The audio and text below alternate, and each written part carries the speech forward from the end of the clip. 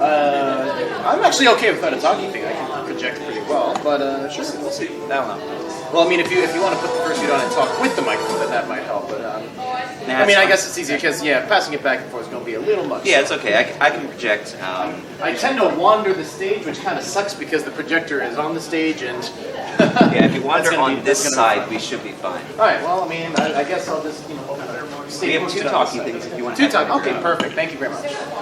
Testing. Okay, cool. I have a talkie thing now. That's amazing. Not straining your voice is a good idea. I know. It's only Friday. I mean, losing your voice at a convention? What? Precisely. Yeah, precisely. We do not want to. We practice good convention habits, which is not screaming our lungs out.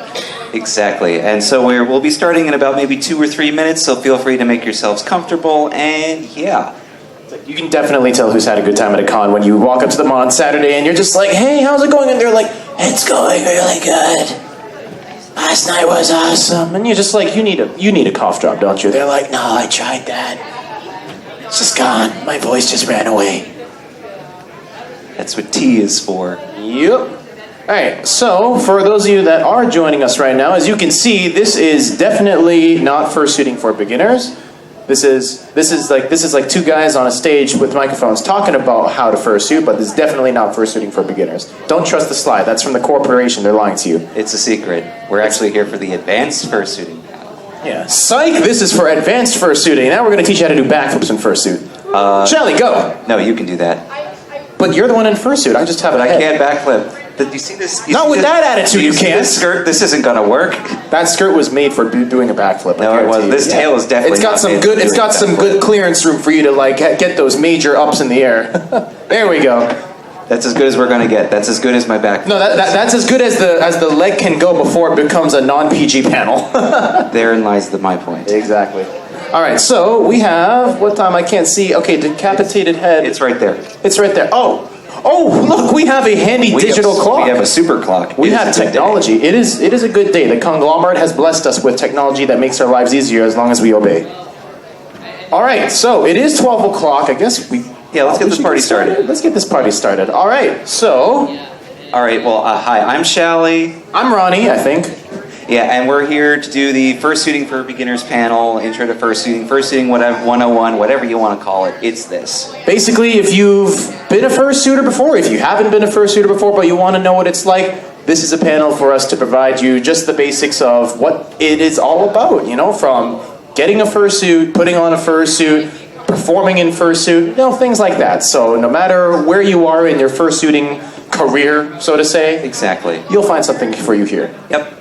All right, so I think we could probably get started. All right, let's do it. So, what's this panel about? We basically just explained it, but I guess I'll give a quick rundown about some of the points. So we'll go over the basics of fursuiting, such as why bother fursuiting in the first place. Kind of a redundant question, but there's always a couple reasons. Yeah, some people may be completely new to fursuiting, or maybe this is your first con ever. Yeah, absolutely. And what happens when you're actually in fursuit, which, believe it or not, there's actually quite a few things that change. It's not just like putting on another t-shirt. Absolutely. So, we'll be going over that, and then we'll be getting into the details of getting a fursuit. So, how do people get a fursuit? I mean, there's different ways, there's right? a lot of things to think about there. Yeah, lots of things to consider, and then obviously wearing and performing a fursuit. So from fursuit safety to preparation, tips and tricks that we found while we've been fursuiting and cool down, character performance, and then last but not least, a Q&A. Exactly. Well, actually, I'm going to segue a little bit, but before we begin with what's this panel about, people know our names, but maybe they want to know a little bit more about our fursuiting in terms of how long we've been doing it. So why don't we start off with, a quick introduction about you and your fursuiting? Oh, yeah, sure.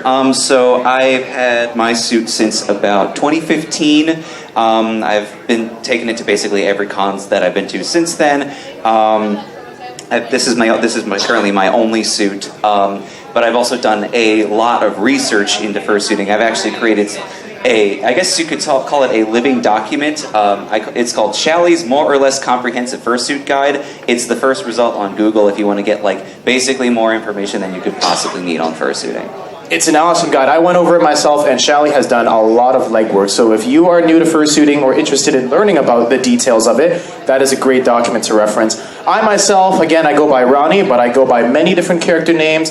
This here is Zikaina I have with me. My other character, which is a very large yellow grumpy noodle dragon, did not want to get out of bed this morning, so he is not here with me, but his name is Tianlong. I have been performing as different characters for coming up on about 11 years now in the fandom, and I've had a good run with different types of fursuits and, have experience with working directly with fursuit makers and basically just, being around the block, as they say. So yeah, so this is the real expert in the room. No, I think, everyone brings something different to fursuiting, right? And, exactly. This is not a community where we have a standard rule book for fursuiting, but there are helpful tips and tricks, as we already alluded to, when it comes to doing fursuiting. Exactly.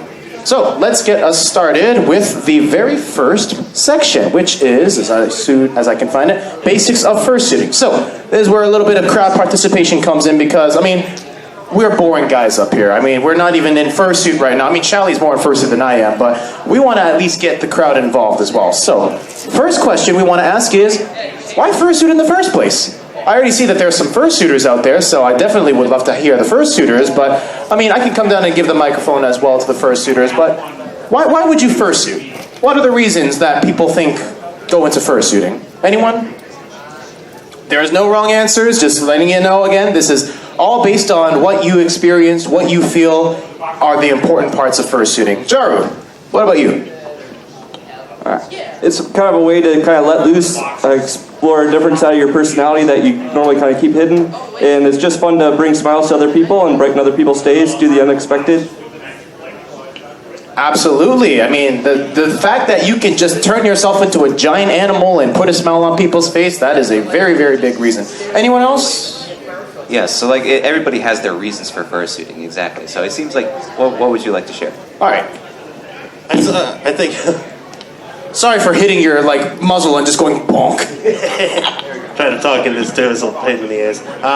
I think it allows you to try different characters, see what works, what doesn't work, and just really let you try different things out than, if you just put on a Halloween costume and it's also a lot more personal rather than, just some mass-produced product that, you could get anywhere, like at a Spirit Halloween or something like that. Absolutely. Character performance and expression is definitely a big factor. In fact, I would argue that is the basis of why people started putting on animal costumes in the first place, was an aspect of performance. Exactly, yeah, it's performance, it's wearable art. This is an art piece that you're wearing around and sharing with the world. Anyone else, any other thoughts or feelings about why people would bother to put on a giant animal costume and, overheat for several hours? It is a little toasty. We'll get to that part afterwards, but yeah, it is definitely toasty. So anyone else?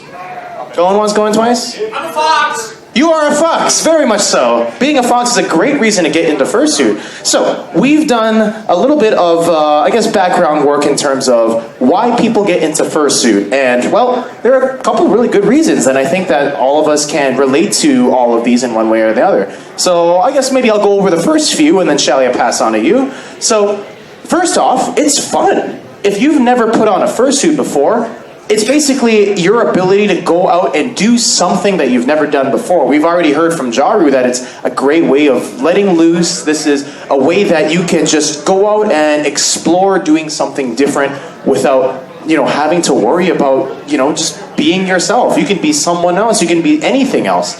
And, similar to that point, it's a lot of self-expression. Fursuiting allows you to explore different sides of who you are by basically putting on another identity, by putting on a mask and allowing yourself to just explore, whether you want to explore your, more artistic side, expressive sides, whatever it is, fursuiting gives you the ability to do that. And as we've also heard, fursuiting is also about performance. People just have this natural desire to perform, to bring out their best selves, to bring out a larger than life personality. And fursuits are one of the best ways to do that, because when you put on a fursuit, you have a completely brand new personality, and that allows for people to bring out performances that you would otherwise not see in any other community, not even on the big stages of mainstream media. Exactly. Yes, fursuiting is very much it's a performance art. It's improv, but with a costume.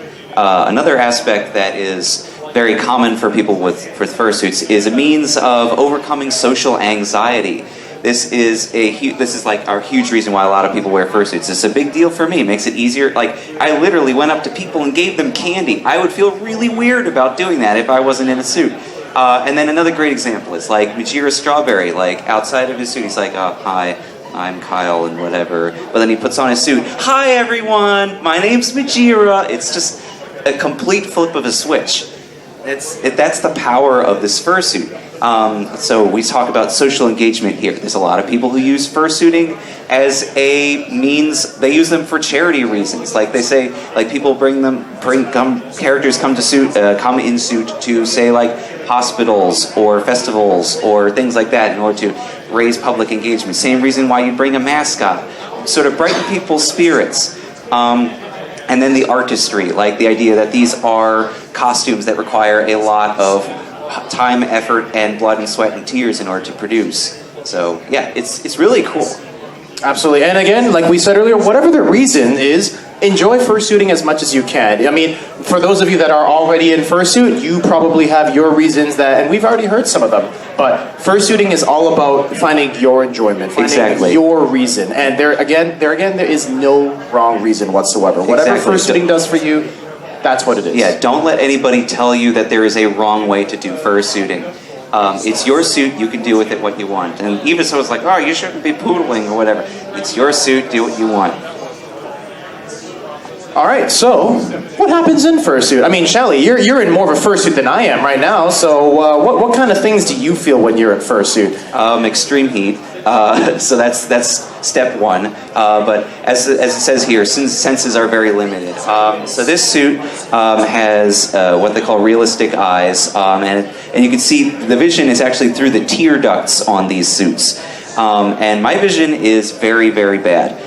It's like trying to look through a pair of toilet paper rolls. It's really, I would demonstrate with my hands, but my hands are full. Yeah, it's very hard to see. Basically, yeah. I mean, I've got a different construction in terms of my fursuit, but overall, in general, the sensory differences when you're wearing the fursuit are huge. And we'll go over that in a little bit when we talk about actually getting into fursuit. One of the bigger things that I think we already heard was that your personality and interactions in fursuit might change. And this goes both ways. So if you're the fursuiter, the way that you talk, the way that you walk, the way that you interact with people drastically changes versus if you were just to go, hi, my name is so-and-so, and you give them a handshake or you give them a wave. In fursuit, a lot of times, fursuiters have vastly different personalities, as Shallie already demonstrated with Majira, and the other way around as well. When you're interacting with another fursuiter, your own interactions change when you're approaching them. The way that you greet a fursuiter, the way that you might ask for a hug or a high five or even a picture. There's always different social and interaction nuances that are to be considered. Exactly. And to demonstrate, and a good point of this, as far as having like how your personality changes, is if say you have different characters. Some characters can be very lively and sprightly, while others move slowly and purposefully. It's very interesting. Like the head almost kind of puts you in like a different sort of headspace, because like. When you get into the suit, you are the character, and now everything is different. Absolutely, and as you can also tell, when you get into a fursuit, especially as the fursuiter, there's this kind of overwhelming feeling of a magic. It's kind of like a magic. You may have heard the term before, but the magic of fursuiting, or the magic of furries. Which I apologize. I'm currently ruining the magic right now. So am I, to be honest, but you know what? We're using this as an educational part, so I think we're okay for that. But there is a magic that does happen when you do put on a fursuit. Everyone that has put on a fursuit for the very first time has felt that feeling of, oh my goodness, this is a new me. This is a new experience. I've never ever been someone else before, but here I am. Exactly, and it's that and the magic that you sort of cultivate in other people as well. with their response to your performance and seeing their faces light up when you interact with them, that's I think what really makes that for me. That's personally what makes me love fursuiting. It's basically Disney World for adults. You know, that very first feeling you got when you went to Disney World or any kind of theme park or magical place where, you know, things were just wildly different and amazing and astonishing. That's the feeling that fursuiting can provide. And last but not least, a lot of cameras and video cameras tend to come out as well. Hi, Silver Gatomon. Say hi to Silver Gatamon's channel while we're at it. So basically, you know, when you're in fursuit, you suddenly become a magnet for cameras of all different kinds. So be prepared to get a lot of cameras pointed your way when you're walking around as a giant animal. So, getting a fursuit. A lot of times people just, you know, they wonder, what the heck does it take to get one of these things? You know, whether you make it, whether you buy it, whether you go about any other way of acquiring one, what does it take? Sure. I'll talk a little bit about this. So there are 4 main ways to get a fursuit. The first one is to build it yourself.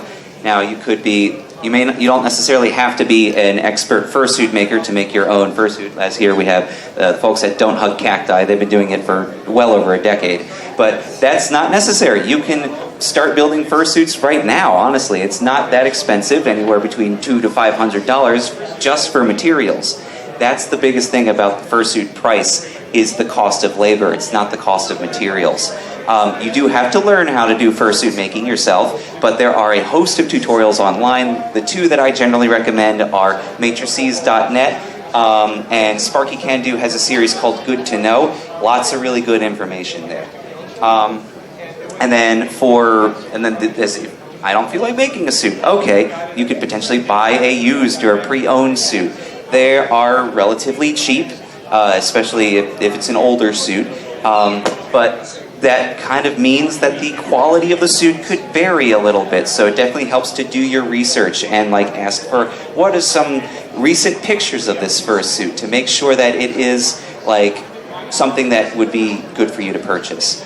Yeah, and a pro tip for that as well, because actually the suit that I'm holding was not my suit originally. This one was a fursuit made for a builder, actually. He goes by the name of Stormfire Studios. This was one of his personal suits, but he didn't really take it out much. And I had performed this suit from 2012 onwards. In 2017, he wanted to release the suit, so I bought it off of him. But by then, you can do the math, the suit was 5 years old. It's gotten a little bit of wear and tear here and there just from, wearing it at conventions and whatnot. So buying a fursuit, especially when you know of the background, the history in terms of where it's been, what it's done, who's worn it, can definitely influence the kind of price that you would be willing to pay for it. Exactly. And hello there. And so an older suit, it could still be a perfectly viable purchase, because if you take good care of a suit, it can last a long time and stay in good condition for a very long time. So you can definitely get a great discount that way. Another option is the idea of a pre-made or an auction suit. If you've ever seen Lemon Brat suits, they're the quintessential example of that. They're in the dealer's den too this weekend, and they've got a couple. Shameless plug. So not sponsored. Not sponsored. But yeah, so the idea is that this is a suit that is made specifically for sale. And the suit maker usually puts it up for auction on their Twitter or various other websites. There's no guarantee that it'll fit, and there is a chance that it could get very expensive if a lot of people are bidding on it. But if you get lucky, you could potentially get a relatively good price suit. One of the advantages, and actually one of the things that are making these auction fursuits popular, is the fact that you have very, very little wait time compared to if you were to go for your own custom suit, which is the next point. But what I did want to say was, a lot of people, for the second point about used or pre-owned fursuits or pre-made auction fursuits, is fursuits, you gotta wait for them to be made. It doesn't take, just a one night or 2 nights to make a fursuit. It sometimes takes months, sometimes it even takes years, depending on the builder and the quality of the fursuit. So a lot of times, if you're just looking to get a character right now, this moment, you don't want to wait, because in this day and age, nobody wants to wait for anything. A lot of people go for that route of buying a pre-made auction fursuit or a pre-owned fursuit. Exactly. Now, so sort of getting into, as you started talking about, was around a commissioned fursuit. The main perk about this is that it is exactly as you want it. This is customized to your body, tailor-made to your body.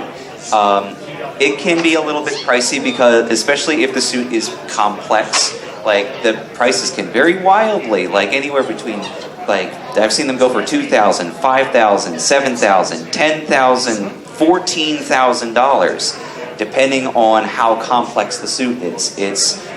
But that's the idea. We'll get to that. Actually, I guess we'll move on to the next slide. Yeah, we can move on since we got a kind of a double dip slide here. Yeah, so the idea here is, so speaking of those numbers I was quoting at you, set a budget. That is step one. Know how much money you are comfortable spending and don't go above that. Don't put yourself into poverty for a fursuit. And exactly on that note, which was I was going to say, which is public service announcement, is that fursuits, as beautiful, as appealing, as demanding as they are, these are simply works of art. They are not investments like you would buy or save up for a house, for example, or for a car, or for any sort of other payment.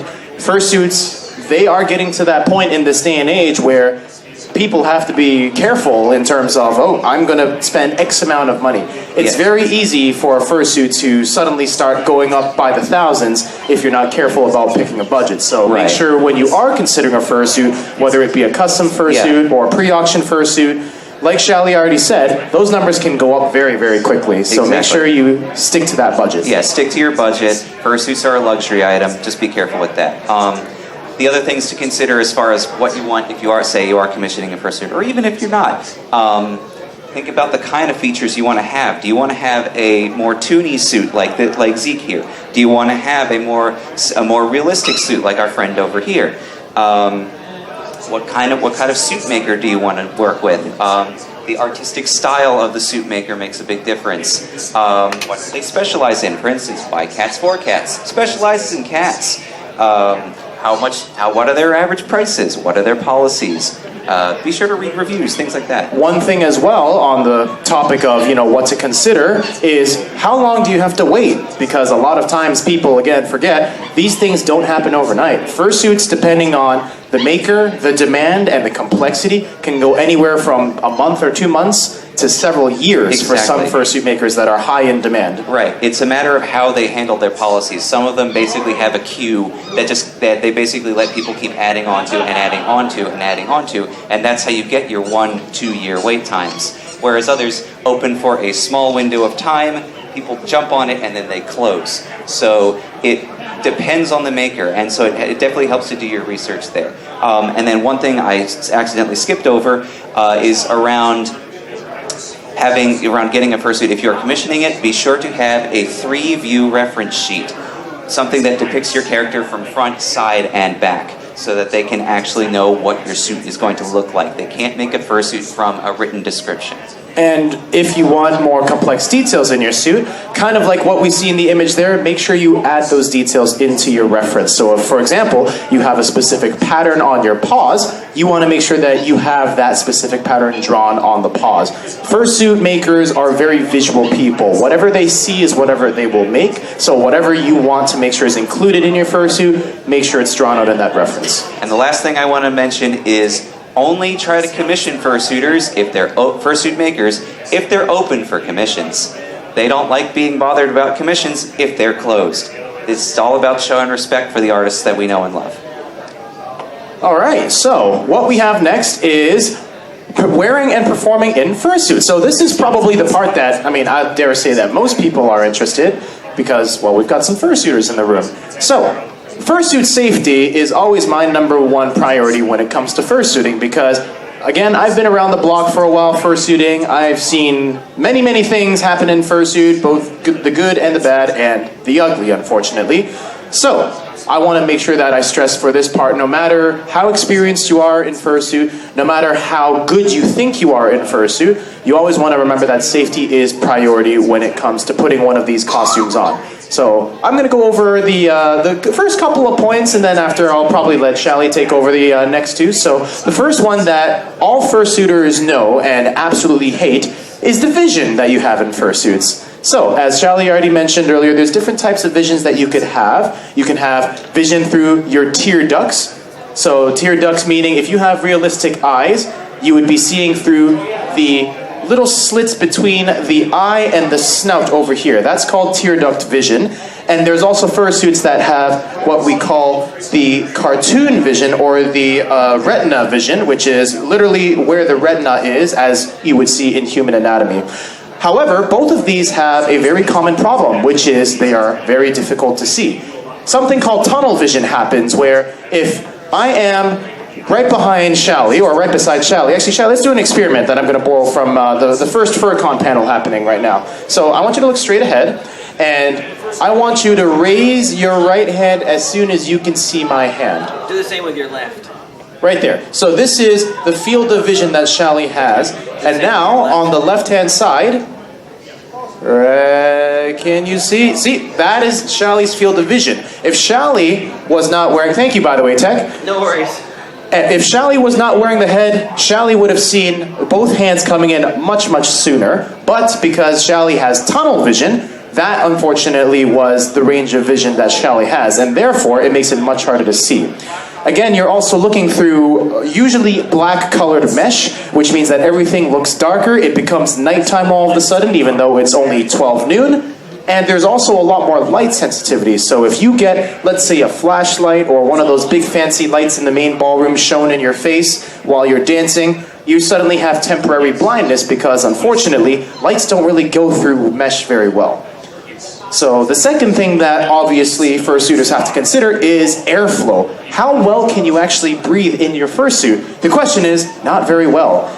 If you have a fursuit that has a large jaw or a movable jaw, as some fursuiters here do, that will help with your airflow and help you with breathing. But even if that's the case, you want to make sure that when you're in fursuit, you want to take as deep breaths as possible and try to have a nice controlled airflow. This includes just keeping your mouth open a little bit more, not running around doing crazy things that are going to accelerate your heart rate and therefore speed up your airflow.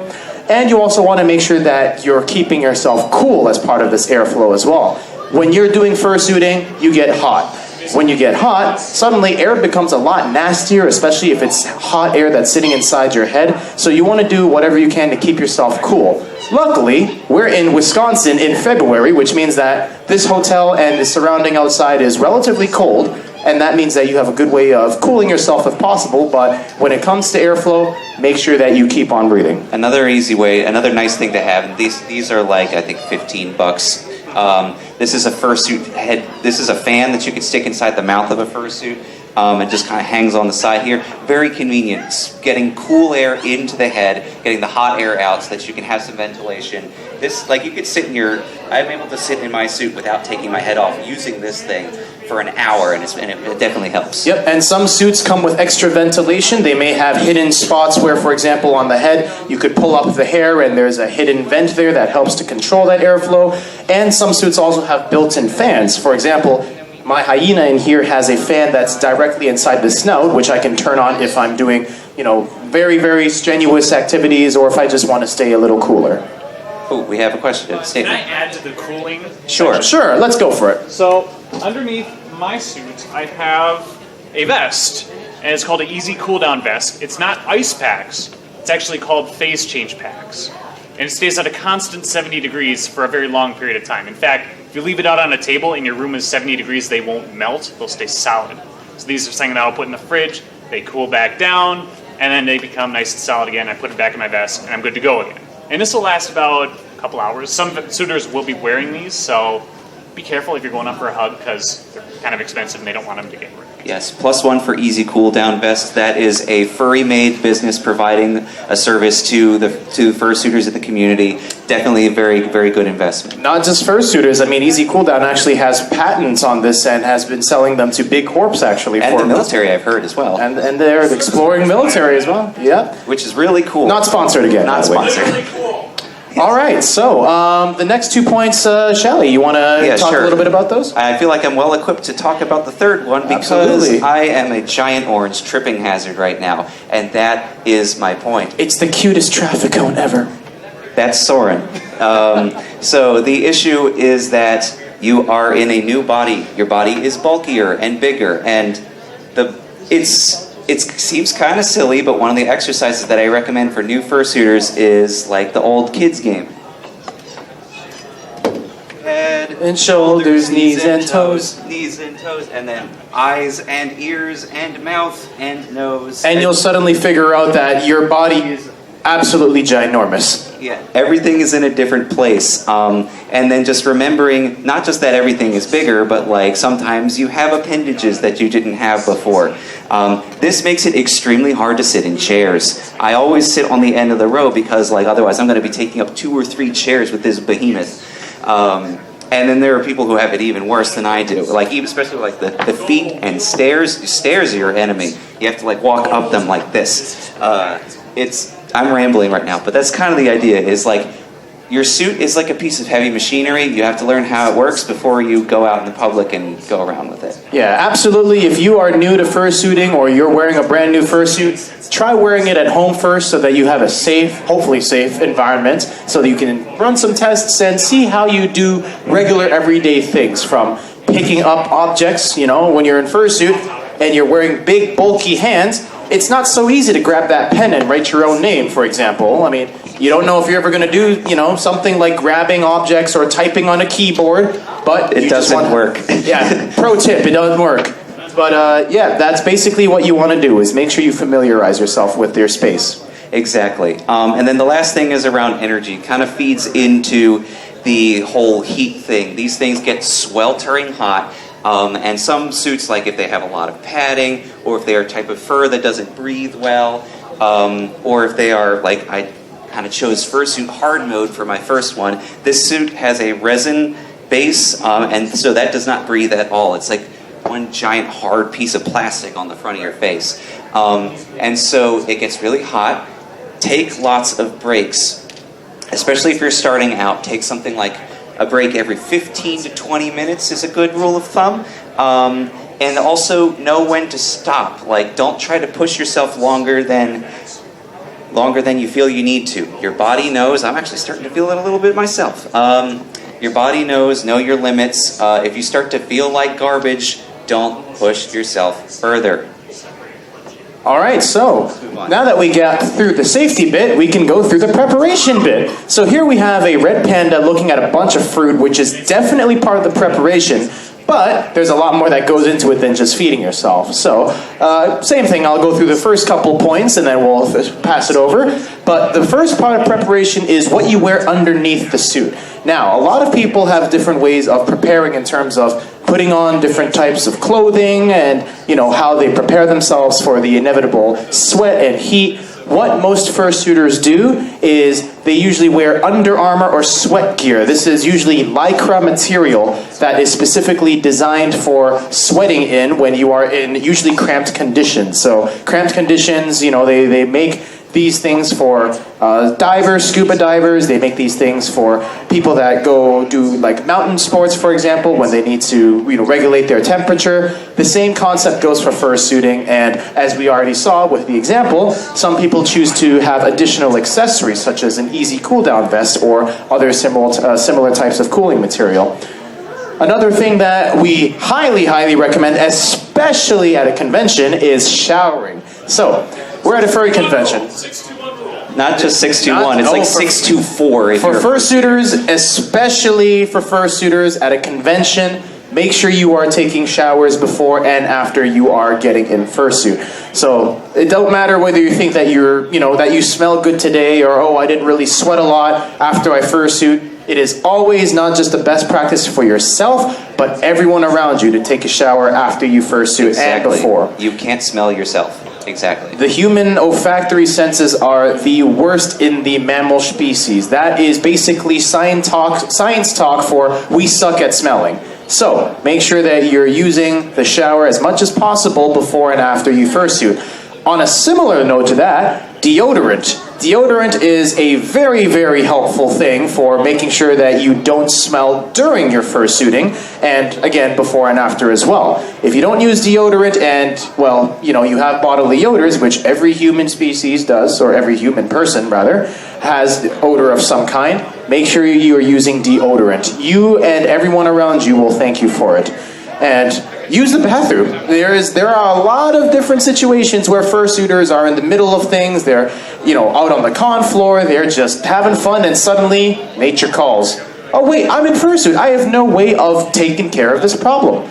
That kind of situation sucks, believe me, especially if you're not in a place where you can access the bathroom or your hotel room easily.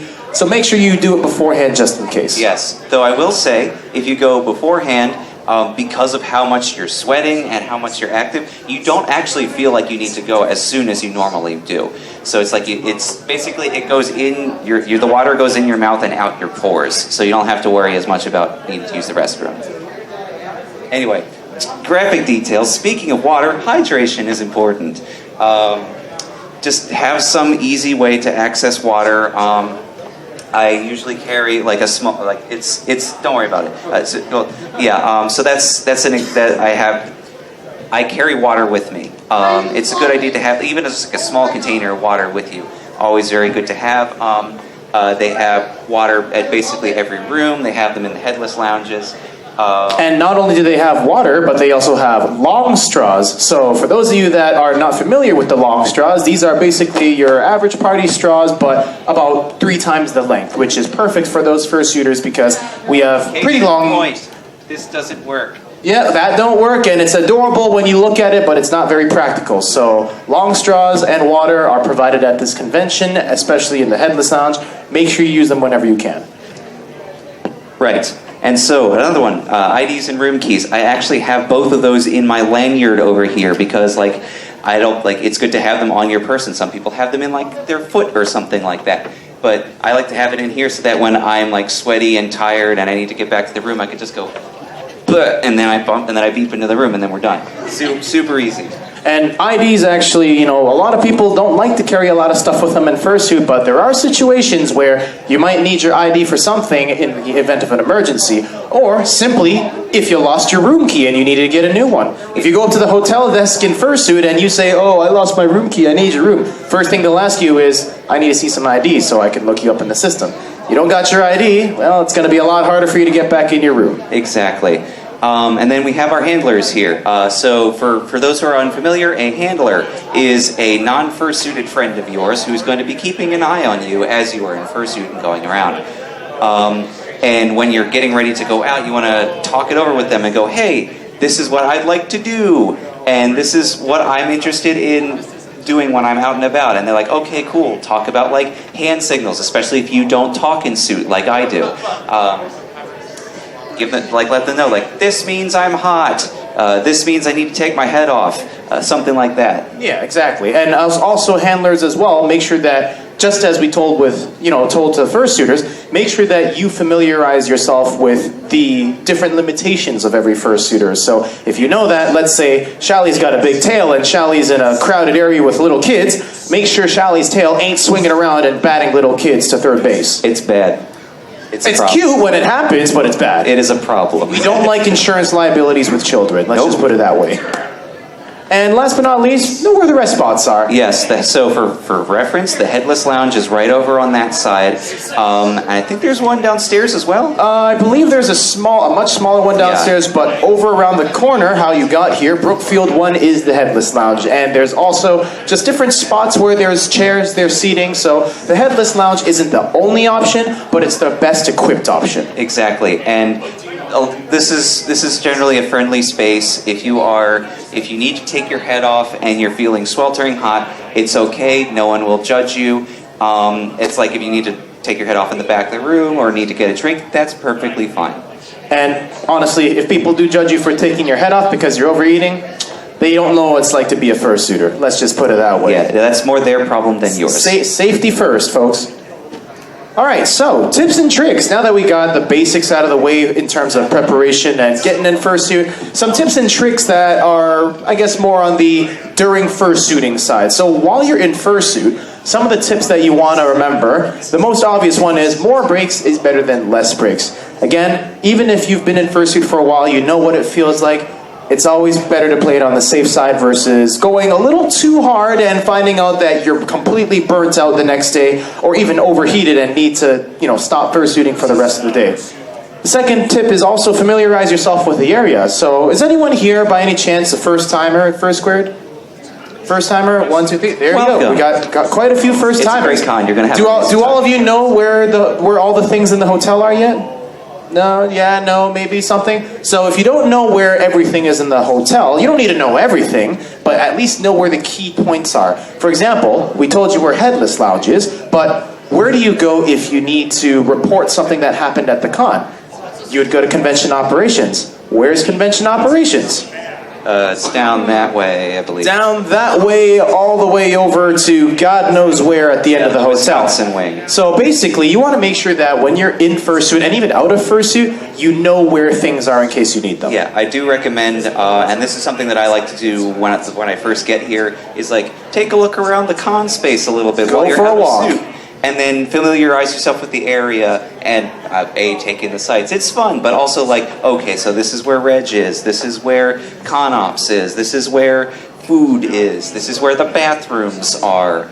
And that way, because it's going to be a lot harder to find those things when you've got a big fuzzy thing on your head. And speaking of where the food is, the next tip that we have is avoid food-heavy areas. This is purely for your fursuit's sake, not necessarily because we want you to not enjoy food or finding your friends at the restaurant, but simply because food and fursuits are not a good match. And fursuits, as you've already heard, can get pretty pricey, and also they're very difficult to make. You do not want that ketchup and mustard hot dog to accidentally go flying onto your beautiful several $1,000 fursuit. Ketchup is the worst. It stains everything. Ketchup is the worst. It stains everything. If you have, friends that are drinking liquor, for example, if you go and see your friends at the bar, you might want to watch out and make sure that they're not accidentally, splashing their liquor, especially the ones that are specially made for the con, which are like the rum monkey and the skunk thing, whatever it is.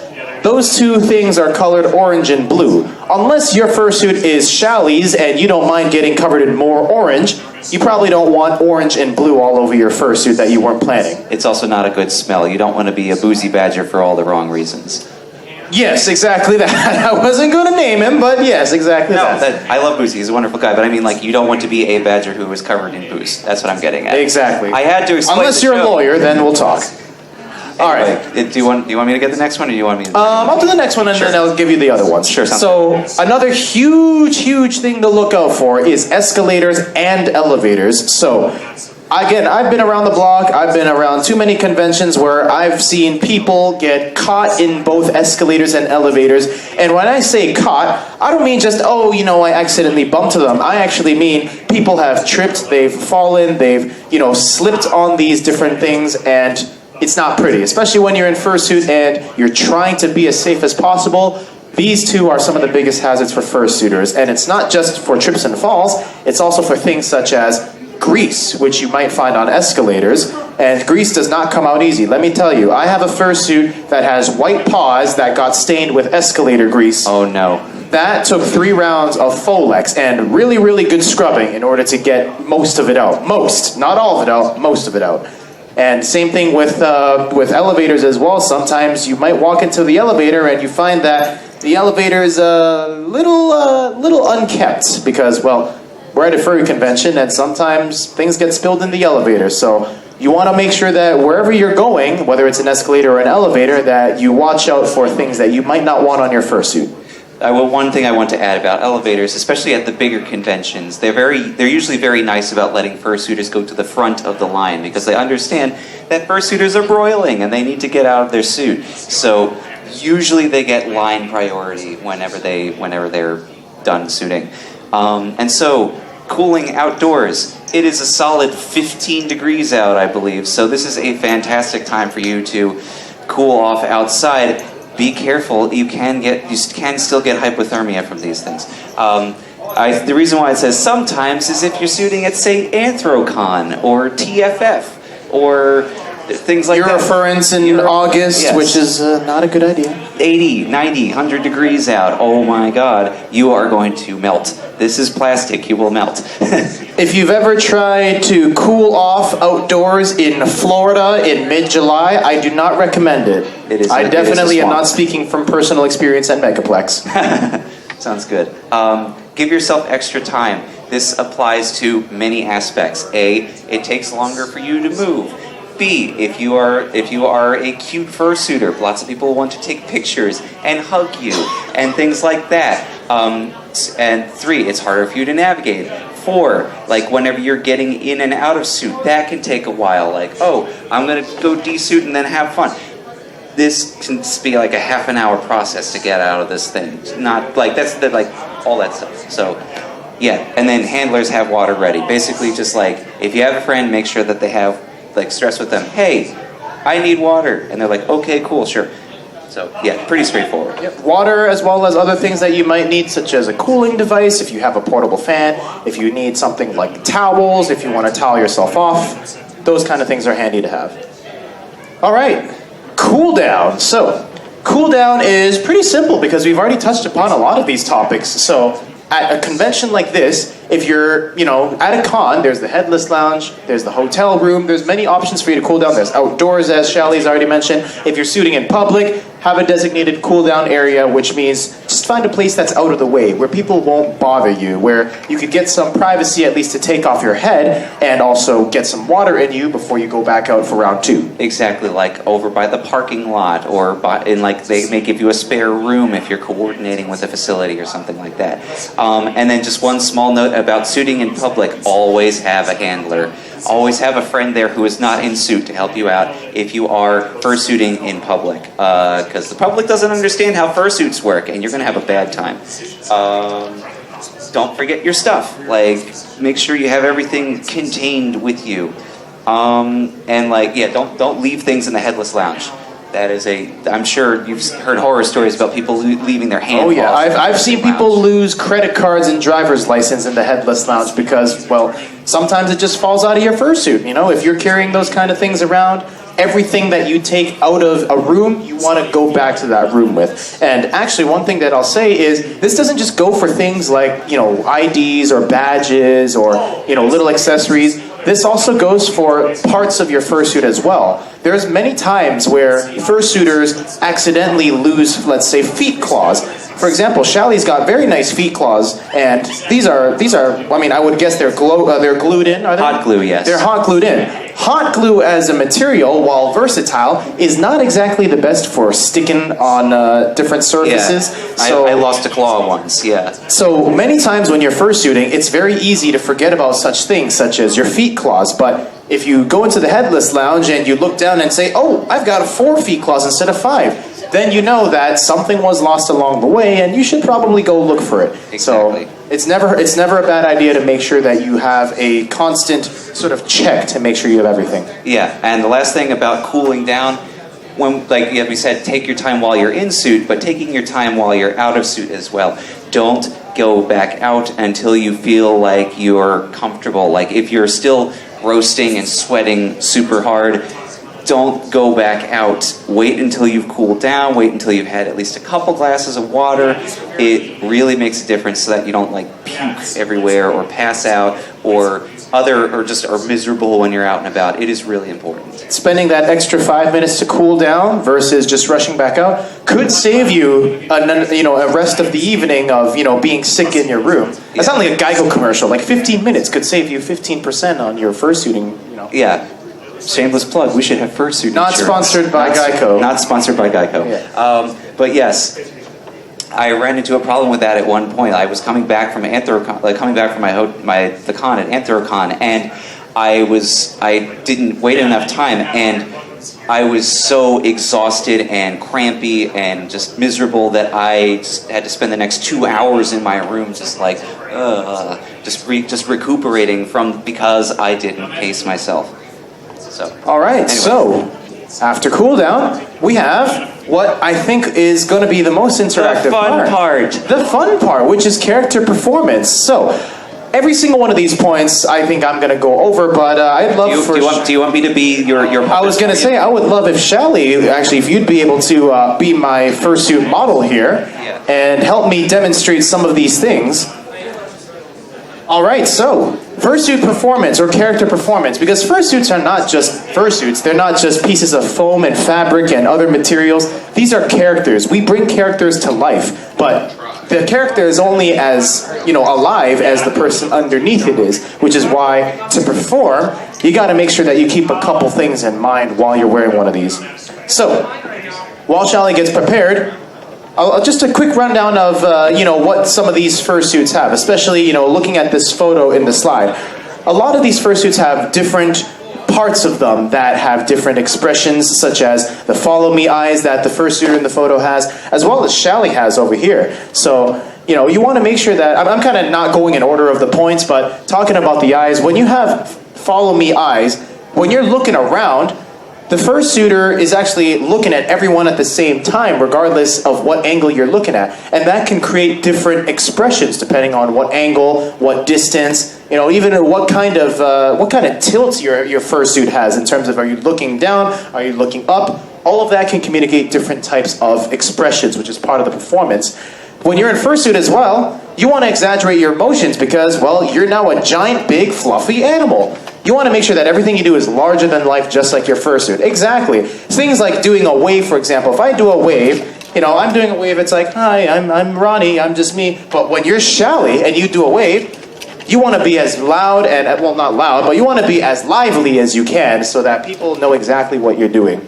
So, one of the things that Shallie also mentioned earlier was having a voice in fursuit. Now, I'll start out by saying that not everyone wants to have a voice in fursuit. Some people are comfortable speaking when they're in fursuit. Some people would like to pantomime a little bit more, and both are perfectly okay. When you're pantomiming, you have to kind of rely on your actions to, do some of the things that you want to communicate, such as if you want to say to someone, oh, I really want to give you a hug or something.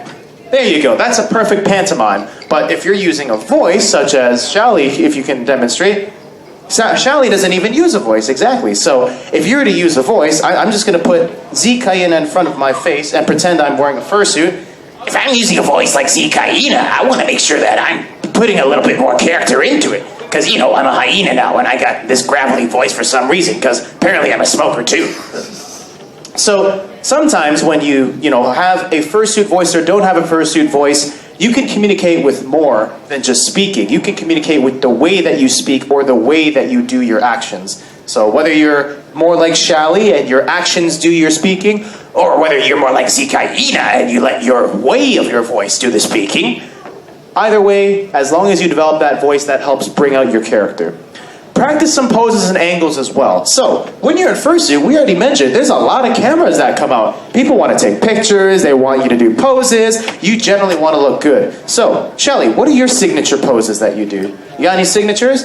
There we go. You got the hip fly girl with the peace sign there. You got kind of like the, what else you got? There we go. We got the cute blush, the embarrassed blush or the flirtatious kind of, there we go. Oh, stop it, you. Oh, stop. Exactly.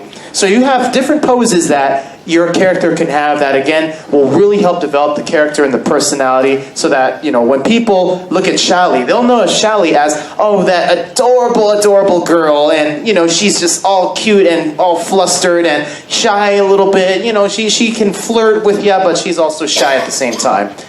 So, those are some of the things that developing poses will do. And also not just poses, but like I mentioned earlier, the angles in which you have your poses. So instead of just looking straight forward at the audience, sometimes turning away and kind of shying your body away can give off the impression that you're a shy character. If you kind of like stand kind of at a power pose, maybe like, your feet to the side, but you're like facing forward with your hands on your hips. It's like a power pose. Exactly.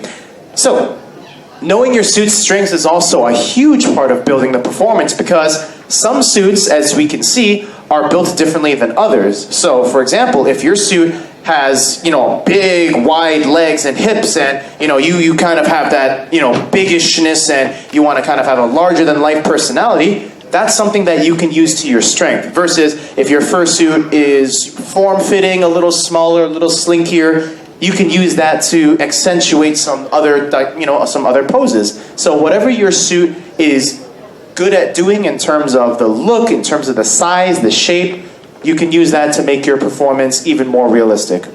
Props and clothing. This is perfect because Shallie over here is dressed quite nicely. I mean, Shallie's got the rose skirt going on. Shallie's got the pink t-shirt with the blue Durgan on it, which I personally approve of. that is part of a character as well. And we've already seen some of the fursuiters that are around the con, some of you sitting in the crowd, that have clothing as part of your suit as well. So props and clothing definitely add more than just, a cool piece of, cool piece of clothing to wear around. It helps to add to the overall image of who you're trying to be.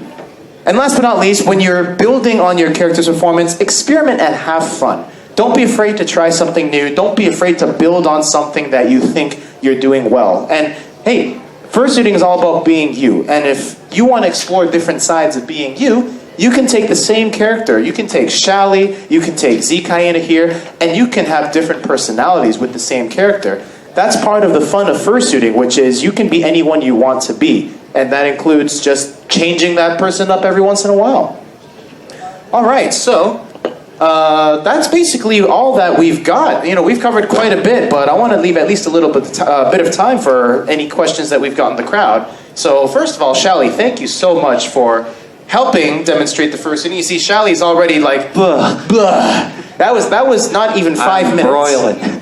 Shallie's broiling after 5 minutes. That is suit does not breathe. I love it, but it does not breathe. That is how quick it is to basically overheat in a fursuit.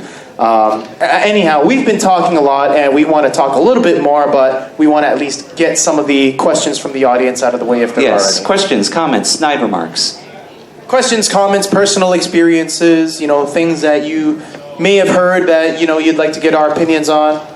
Shallie and I are very friendly. We've been in the fursuiting circle for a while, both of us, and we want to make sure that whatever we can leave you with today, that it's worth your time. Anybody? All right, sure, question. Go for it. Actually, it's not a question. All right. It's more of a statement. Statement. When we were going over about space, if you can't tell, I got some pretty big ass horns. Mm-hmm. So when you were saying, try it around at your home first, make sure it works. I'm actually in an older home, so the doorways, I could go through them because I'm like 6'3", no problem. But when I had this on, I kind of got to duck a little bit because otherwise they clack on the frame. That is a very real problem, especially if you're tall or you have ears or antlers, like our caribou friends. They are clipping chandeliers and like door frames, and you have to be very, very careful. Like I'm sure a lot of them always walk like this. I've seen people walking into their hotel rooms in fursuit at different cons, and just go boom. Then they have to do the embarrassed, like, okay, I'll go down here and shuffle into my room. It's a very real problem, as Shallie already mentioned. Moral of the story is, especially if you have certain features of your fursuit that are going to make you a lot bigger in certain ways, you want to make sure that you account for that in your space. Exactly. And as part of review, one thing I wanted to mention while I was in suit was around reviewing your performance. One of the things that I found particularly useful is filming yourself. It doesn't have to be super elaborate. Like I set up a little webcam on my computer, and I never share these videos with anyone. It's just for my review, and I just sort of go there and I try various different actions. Like I try dancing around or waving or posing for photos or practicing my walk. It makes a difference just because it gives you a sort of frame of reference for outside of yourself so you can get an idea of what you look like. It really helps. Or even just in front of a mirror, it really helps. Oh, I spent countless hours in front of a mirror. When I first started fursuiting, the only thing that I did was stand in front of a mirror and just test out different voices. I kind of try to make my voice a little more like an animaniac, and then, I found that didn't really work. And then I tried to make a big brutish guy, and then I found it didn't really work. And then I went with this voice, and I was just like, hey, wait a minute, I think I got it. You just stand in front of a mirror and try something. It doesn't just have to be a voice. It can be just different poses, tilting your head down like this, which will give your character a very different expression than if you look up like this. Just simple things like that, as long as you have just a couple minutes to spare and just, do that kind of exercise in front of a mirror, it'll help you so much going down the road, especially when people take photos. You'll know exactly what you look like in those photos versus having to guess what your character was doing at that point in time. Exactly. Any other questions? Any other thoughts? Questions, thoughts, feelings, statements? You had said about taking your head off when you're overheating. Since you aren't verbal, if you are trying to communicate with somebody, but but like it's not coming across. Is it frowned upon for you to take your head off then and talk to them? I mean, if you're so. I personally try to remain in character as much as possible, and everybody has different boundaries around that.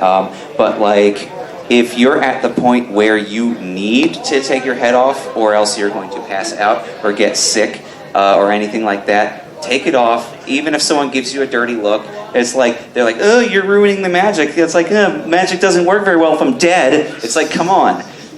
Yeah, basically, safety first. The number one rule of thumb is safety first. And when you're in fursuit, again, we already saw Shallie. 5 minutes, and Shallie was already covered in sweat. Yeah, Shallie was very animated. I mean, if you think about all the other fursuiters out there that spend hours and hours doing that kind of stuff, it is definitely okay to just, I need to take a break. I'm going to go back here, pop the head, and then, I can come back to you. If someone's not getting the point, even if you're doing hand gestures like, this, or you're doing, take off the head, that kind of stuff is pretty ubiquitous when it comes to, people at the con understanding that. Yeah, But exactly. take care of yourself first and foremost. You can always just explain later, hey, I needed to cool down. That's why I had to pop the head. Exactly. Yeah, and just for the record, furries are pretty universally understanding about that. They've seen enough fursuiters to know, okay, they need to go take a break. It's fine. You might run into that a little bit more at non-furry events, but like here, people are very fine with that. Yeah, and at non-furry events, let's say you're doing public suiting, let's say you're doing something with kids around, for example, make sure, again, you understand. Let's say, I need to, take a break every 15 minutes. Make sure you actually have that ability to go and take a break every 15 minutes, because we already mentioned that when you're in fursuit, it takes a longer time to do things. From just simply walking across to a different place will take you a lot longer, because people want to stop you for hugs, they want to stop you for photos. That is where a handler is absolutely essential, because the handler will be the person that goes up to the person or goes up to the child and says, big fluffy wolf here needs to take a break, he'll be back, please don't hug the wolf, please detach yourself from the wolf's leg so the wolf can go and take a break and not overheat. Exactly, yeah. All right, anyone else? We've got 1 more minute left, so we can take one more question, and then afterwards we will be finished. Last questions, anyone? Last thoughts? Last comments? And for future reference, like we're here to help out with like fursuit related questions throughout the con, so don't be afraid to come say hi. Yeah, I will be around this convention. I will be bringing out Zeke Hyena here, as you can see. Zeke here actually has a character that he'll be pulling off. Some of you may know the anime Agretzko. He will be cosplaying one of the characters from Agretzko. And then there's also the other characters that I have brought with me as well. So please do not feel shy to come and say hi to me. Shallie, I'm pretty sure you're going to be suiting around the con? Yeah, I'll be suiting around the con. I'm also going to be doing a couple panels later on. And yeah, so enjoy the rest of your con, everybody. We're being kicked out. So and have fun suiting. Have fun suiting. All right. Alkali, I think you're still in this room now? I am not. My good friend over here is running the panel. Guys, give it up for Dusty. Yay, Give it up for Dusty. Dusty. All right, let's get out of here. All right, I don't know where. Yeah, no, thank you. Thank you for running this with me. Sure. All right, I'm gonna put this. Yeah, it should be pretty smooth. Yeah. All right. Take care of the rest of the stuff. I didn't write anything. That's why I'm for this. Like, we were just going to do it, but now. Silver Gatoman, he bought me a coffee. Silver Gatoman, here is the song for thee. He likes to video all the panels at the cons. You should go and watch them whether they are short or long. Silver Gatoman, you video that's not a jibe. All of you go to his YouTube channel and like and subscribe.